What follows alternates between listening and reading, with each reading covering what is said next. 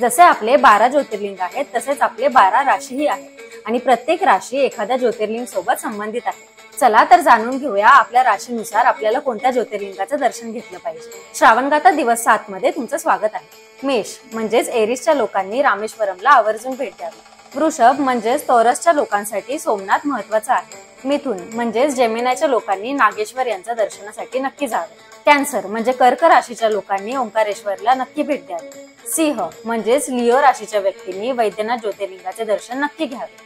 कन्या म्हणजे वर्गो राशीच्या लोकांनी मल्लिकार्जुन ज्योतिर्लिंगाचे दर्शन घ्यावे। तूळ म्हणजेच लिब्रा राशीच्या लोकांसाठी महाकालेश्वर हे दिशादर्शक ज्योतिर्लिंग आहे। वृश्चिक म्हणजे स्कॉर्पिओ राशीच्या लोकांनी घृष्णेश्वर ज्योतिर्लिंगाचे नक्की दर्शन घ्यावे। धनु म्हणजे सॅजिटेरियस राशीच्या व्यक्तींनी काशीला जावे। मकर म्हणजे कॅप्रिकॉन राशीच्या लोकांनी भीमाशंकर ज्योतिर्लिंगाचे दर्शन करावे। कुंभ म्हणजेच ॲक्वेरियस राशीच्या लोकांसाठी केदारनाथ विशेष आहे। आणि शेवटची राशी मीन म्हणजे स्पायसेस यांनी त्र्यंबकेश्वरला नक्की दर्शन द्यावं। तर तुमची राशी कोणती आहे कमेंट्स मध्ये नक्की सांगा आणि कथाक्षाला सबस्क्राईब करायला विसरू नका।